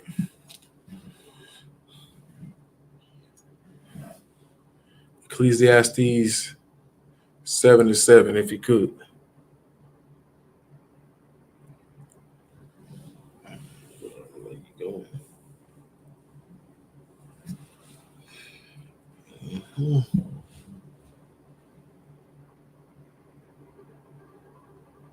Kaladaza, you still there?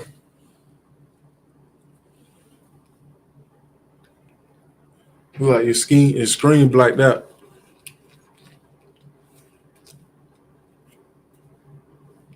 All right. Well, all these things, man. You know what I'm saying? I couldn't tell you these things if I didn't learn it my damn self. Right? I learned a lot of these things from our generals, Commanding General Yohana, you know what I'm saying, who's the leader of this nation. I learned all these things from these brothers and the men above me here in South Carolina. You know what I'm saying? And being raised, man. Being raised in my household, you know what I'm saying, my father and my mother, you know what I'm saying? I learned these things. You know what I'm saying? But I came here to perfect it. Came here in the ISUPK to perfect these things so that I have a head start and understanding that I'll be ready to do all these things that I just taught today. Because I know what it don't look like. I seen the things. I seen what it don't look like. So that's why I understand. And I seen what it looked like also. But General Muhammad, you know what I'm saying, he taught these things whether shoot.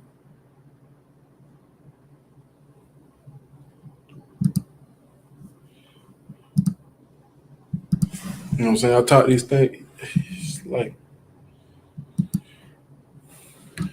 General Muhammad taught these things, you know what I'm saying? Whatever's in your head, you know what I'm saying, will come out, man. You know what I'm saying? Whatever's in your head, you know what I'm saying, your system, you know what I'm saying? You know what I'm saying? It'll come out in different ways. And General Muhammad did this breakdown on Black Watch, Commander General Hana's page. You gotta type in Commander General Hana on YouTube to see this. It's probably the episode before last night of Black Watch. Not Monday last night, but the Monday before last Monday. You know what I'm saying? He talked about how if you're a child and he had in correctional centers or, you know what I'm saying, in children's centers, they hand you a crown of paper to see what's up with the child. And he said if a child draws something like a child would draw what's in their head, you don't know something is up with this child if they draw a dead person, like an unalive person with blood, you know what I'm saying, or something, you know what I'm saying, somebody being unalive, somebody being suicidal. That's how you'll know what's inside the child's head. They'll do this. They'll do this to 10 years old, 12 years old. And you'll understand exactly what's inside that child based on what they draw on that paper and with crayons. They'll draw you an unaliving person. So that means it's impossible to understand how to hide who you are. You know what I'm saying? That's the breakdown that Jinnah Muhammad gave that night. You know what I'm saying? It's impossible to hide exactly who you are when you're a child like that. You know what I'm saying? Even social media does that today with us as adults or as teenagers. You know what I'm saying? You'll sit there and you'll post something crazy over and over. You know what I'm saying? Social media does the same thing. People post their emotions to see. You know what I'm saying? Even if it's to people that they don't know, it's a cry for help. They'll post something on social media and you'll see exactly who that person is or what they're going through. Because they're sitting here and wanting you to see exactly who they are. Because they're posting something over and over. You'll see it. It'll come out. You know what I'm saying? That's just one way. That's another way. Social media is almost like a mental. You can see the mental problems in people on social media. You'll see that by what they post over and over and over, or what they do. If a woman's showing her body, if a man's sitting here talking about sad things that happen to them over and over, you'll see that. You'll see that cry for help, right? You know what I'm saying? You know what I'm saying? When you live off being a victim, you know what I'm saying? Think bad things happen to you when you were a child. You base yourself, you know what I'm saying, off the terrible things that happened to you as a child. That's your identity because that's what you live off of. That's things you feed off of to show to the world any way you can. Whether you're making music, whether you're posting on social media, whether you're drawing or doing any other thing, whether you're being TD Jakes on stage saying, have you ever been swallowed up? Have you ever been swallowed up? Have you ever gone through a time of swallowing? That's what TD Jakes showed you. TD Jakes showed you exactly who he was by doing it. You know what I'm saying? But like I said, you know what I'm saying? You live your life off of being a victim. Like bad things happen to you as you were a child. You base yourself off of those terrible things that happen to you. That's how you live. Right? You got the Ecclesiastes 7:7? Kind of okay. All right, you go ahead. Ecclesiastes 7:7. Uh-huh. Surely oppression maketh a wise man mad. Right. He says, surely oppression maketh that wise man mad. These are the reason why these things happen. Because of oppression. I'm talking about blacks and Hispanics and Native Indians. I'm talking about y'all. Surely oppression maketh a wise man mad. These are the things that make you angry. Oppression. You know what I'm saying? You might not revert that back to why you're angry, but that is why you're angry. It's because of oppression. You might not be like, man, I'm angry because I'm oppressed. I'm tired of America, like how the ISUPK says. We'll say those things, but you won't, because you think this is all normal. You think this is all right, but that's exactly why you're angry, because you're going through hell, not getting the same benefits as a man. I forgot this sister said something on a post. She said, I respect men that got something of their own, you know what I'm saying? Because when they have something of their own to pertain, I know how hard they had to do to get it. But when they can't get it, they either dead or they're in jail. Is when they get the benefits that they want. It's not like a woman where it's easier to get a house or an apartment or anything like that. You know what I'm saying? The only way they get it is if they go to jail. That's what she said. That's why she said she respect men that actually get their own stuff, because they know that once they get to that point, she knows how hard it was for that man to get that. because it is not easy. It's rough out here. You ain't getting that, man. They get a bit of beneficial things to a woman because they got? They got child support. They get Section 8 easy. You know what I'm saying? They get hired on to certain things easier. They got what they got? They got abortion clinics, right, which destroy our people furthermore. That's the opportunities they use to get ahead, right?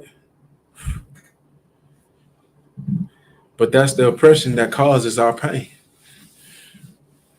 right?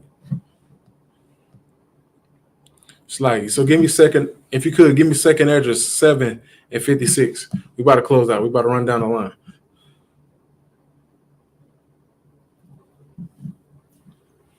These are all the things that happen to us as a people, man, as Blacks, Hispanics, and Native Indians. If you're a Native Indian, they're dying, being unalive of alcoholism, man. Because there ain't nothing out for them on those reservations. All they can do is drink. They have nothing to look forward to at all. Nothing. That's why we shout out Milwaukee, ICPK Milwaukee / Chicago for helping them, you know what I'm saying, the brothers out and sisters out, Native Indian brothers and sisters out. Because a lot of them over there are on those reservations trying to get back, just trying to survive, man. Right? Well, you got Kalataza. Kind on kind. Mm-hmm. Second Ezra 7 and 56. Right. For while we live and committed iniquity, we considered not that we should begin to suffer for it after death. Right. You start right there. He said, while we sinned and we committed iniquity, we didn't take thought that we would suffer for it after death. Now you think after you die, you know what I'm saying, you do whatever the hell you want now in here in this lifetime.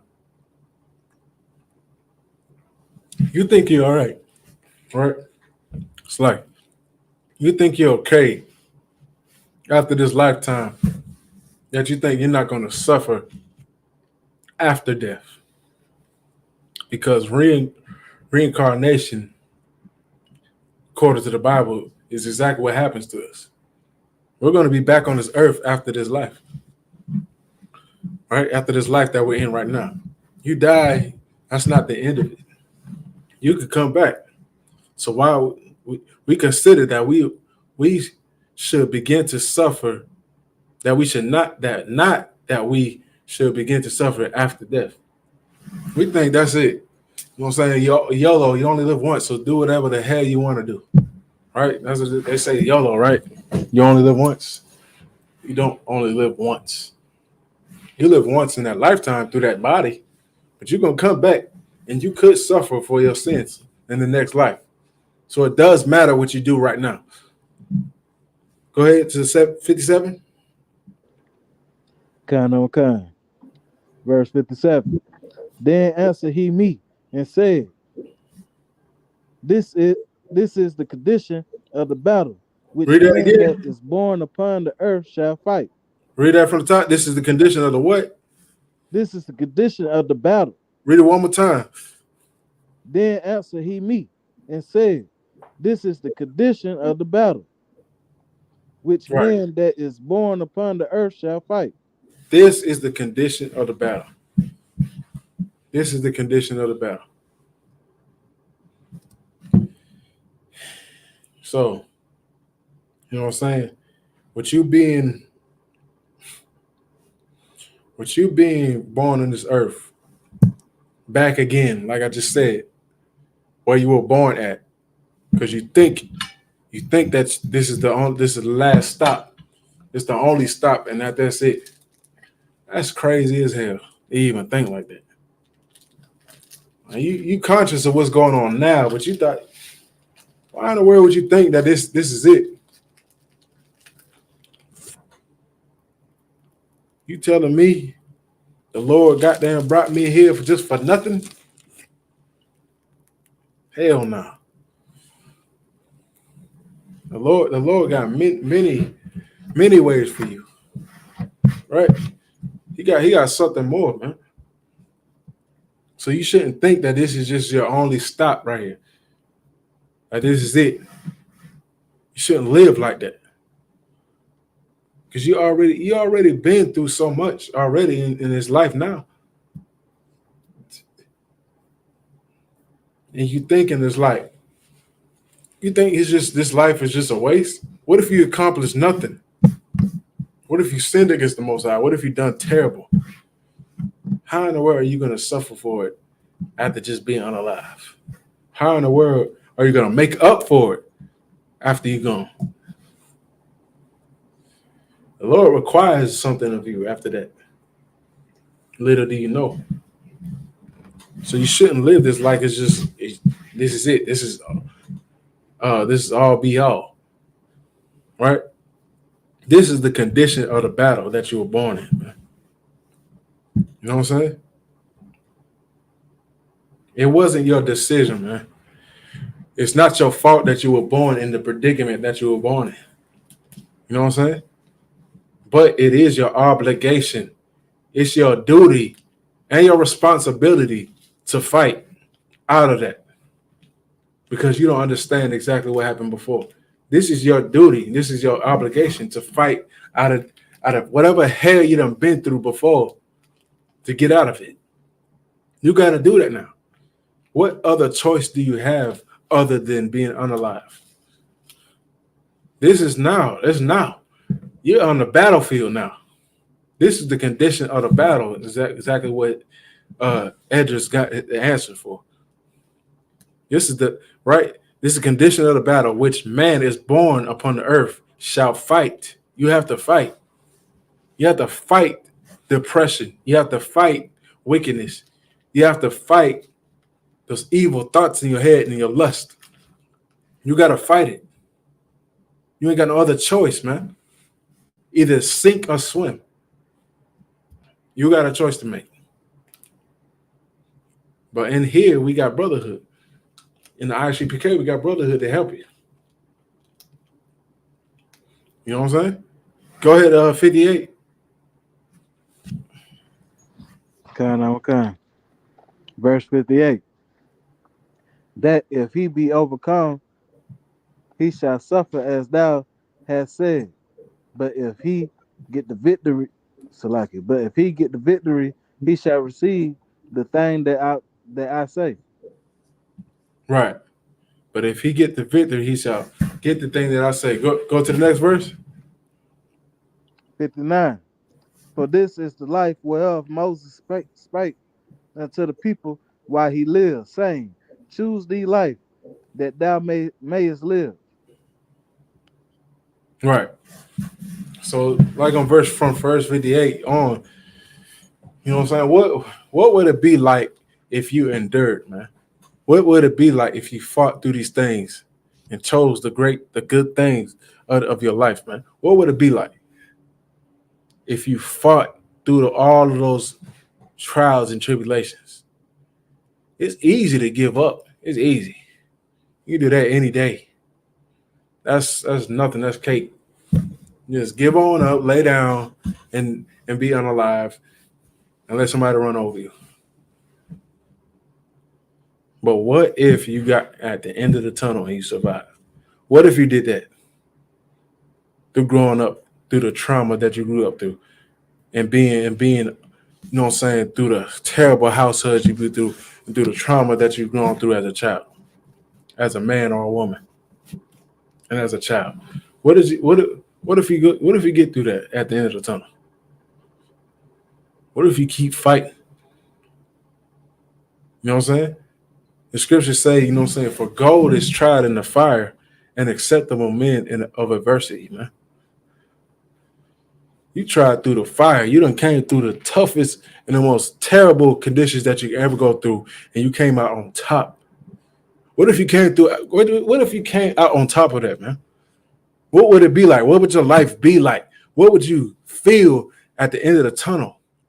Like you came through a marathon and you came out first place. Like you was trying to win, like you was trying to win $1 million. What would that feel like? You would get everything you got because you understand that there's a reward on the other side, which is the kingdom of heaven. That's what the Lord offers, the kingdom of heaven, man. All right. We about to boil it down. I'm almost done. Can you give me Ecclesiasticus 30 and 21? We about to end it off. You're almost there. You're like, 2 more. That's it.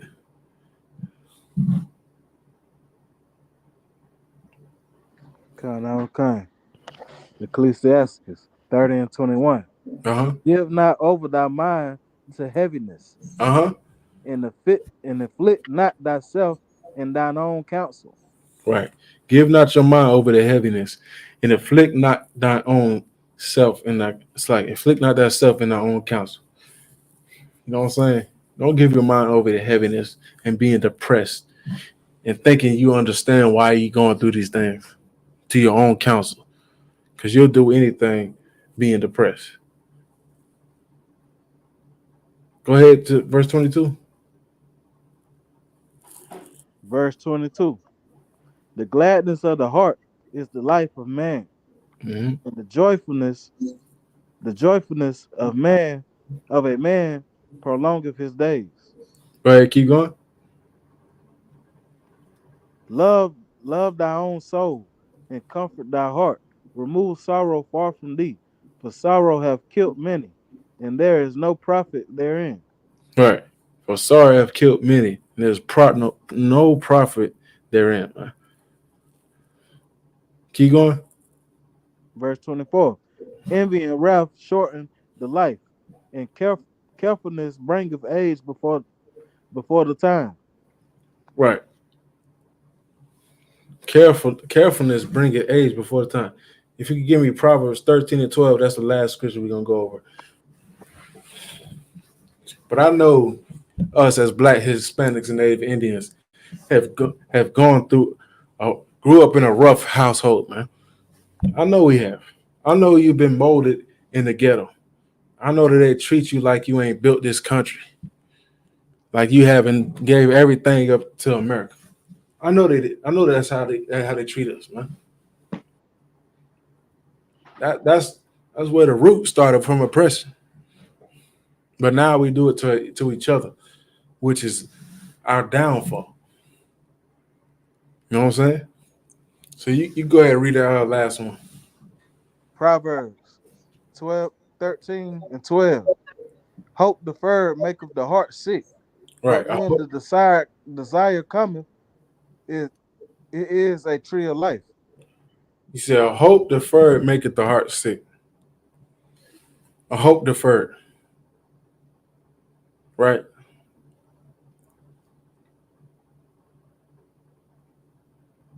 You said, a hope deferred maketh the heart sick, man. Everything you've been hoping for, you've been wanting a better life. Some people just want the simple things in life, man. Especially if you're us. If you're a Black, Hispanic, and Native Indian, all you want to do is be able to raise your children the right way. All you want to do is be able to have a house to live in consistently, not having a drunkard, in your family, not having your kids grow up around drugs and they end up doing the same things. Not you, having to give yourself over to compromise yourself into hell, man. That's the simple things that we hope for. But us being Black, Hispanic, and Native Indians, as Deuteronomy 7 and 6 says, the Lord has chosen us as a special people, man. He chosen us to be a special people unto himself, man, above all people upon the face of the earth. That's what he chosen us to be a special people, to be somebody that understands the Most High's ways, and for us to rule the earth in righteousness. That's what the Lord chose us for, man. So a hope deferred maketh the heart sick. But when your desire of living a better life cometh, it's a tree of life, man. It's a tree of life. That's exactly what happens to us as Black, Hispanic, and Native Indians. That's what can happen for us. You sit here thinking that this is it, right? You think you got to come across the border as Hispanic brothers and sisters and just come over here just to try to find a better life, just to die and just be unalive over here. Not knowing that you can obtain the kingdom of heaven if you understand what the Lord wants for you, what he wants for Israel. If you understand that you're the true Israelite according to the Bible, if you understand that you're the true Jew according to the Bible, the Lord has a kingdom of heaven for you. That's everlasting life that the Bible is talking about. A kingdom of heaven, having life more abundantly, raising your children the way you want to, not living in hell, in the ghetto, growing up in the reservations and the barrios. That's what the Lord gives us. That's the kingdom of heaven that you need. That's something that's going to last forever, man. That's the tree of life. That's what the Lord wants for Black, Hispanic, and Native Indians. So with that being said, man, I'm going to close out the class right now. Again, we're the Israelite School of Universal Practical Knowledge. Started at 1 West 125th Street out of Harlem, New York. And I'm going to read the security announcements. All right. We the ICPK started at 1 West 125th Street out of Harlem, New York. Rule for new brother or sister. When a new brother or sister comes to the school, they're off limits for 6 months. They're here to be saluted only. They're here to share themselves in the world. If they need transportation, the teacher will arrange it. After 6 months, a brother or sister will have that has interest in a particular person. He or she must get permission from the head to speak to a brother or sister. There's another 6 months in which a brother or sister will court each other. After the 6 month period, the brother and sister will get permission from the head to marry. Ties, which is a commandment. Numbers 18 and 21, and Malachi 3 and 8 through 10. It means 10th in the Hebrew, ma'ashra. 10% of every penny of any increase the Lord gives you gets to the Treasury Department or teacher. Priest fund, a freewill offering for the priest, not mandatory whatsoever amount you would like. Upcoming holy convocation. We have the feast of Purim, the 14th day and the 15th day of the 12th month. And this is going to be on Thursday, the 22nd in February, and Friday, the 23rd of February 2024. On the 22nd of February, we're going to have Commanding General Yohana joining us right here in the same spot I'm in right here, teaching us on the Feast of Purim along with the generals and other brothers that's going to come and join us, man. And we're going to have a good time. We're going to drink. We're going to eat. We're going to celebrate the Feast of Purim as the kingdom falls, right? And you can read about this in Esther 9 and 20 through 31. And remind Akim and Aqua to check the bulletin board in the hallway. If anyone wants to be a trooper in the school, start wearing all black boots, shirt, pants, headband, and scarf. With that, shalom. Throw out the clock this up. Hey, on the bar. No sweat.